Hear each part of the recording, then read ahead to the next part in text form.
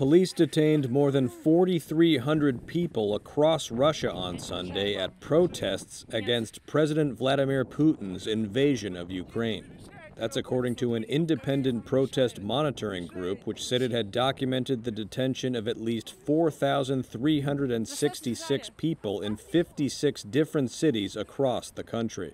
Video obtained by Reuters showed dozens of protesters in Yekaterinburg being detained on Sunday, and one protester there was shown being beaten with a baton and kicked on the ground by police in riot gear. The video showed numerous protesters, some elderly, being escorted onto buses by security forces. Russia's Interior Ministry said earlier that police had detained around 3,500 people, including 1,700 in Moscow, 750 in St. Petersburg, and 1,061 in other cities.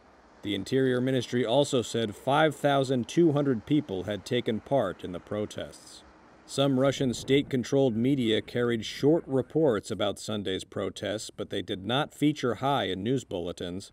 The last Russian protests with a similar number of arrests were in January of last year, when thousands demanded the release of opposition leader Alexei Navalny after he was arrested upon returning from Germany, where he had been recovering from being poisoned with a nerve agent. Navalny had called for anti-war protests on Sunday across Russia and the rest of the world. Protesters gathered at Parliament Square in London on Sunday and outside the White House in Washington, D.C., as well as in Mexico City, New Delhi, Istanbul, Budapest, Belgrade, and Brussels. And residents of some Ukrainian towns and cities occupied by Russian forces also took to the streets in protest.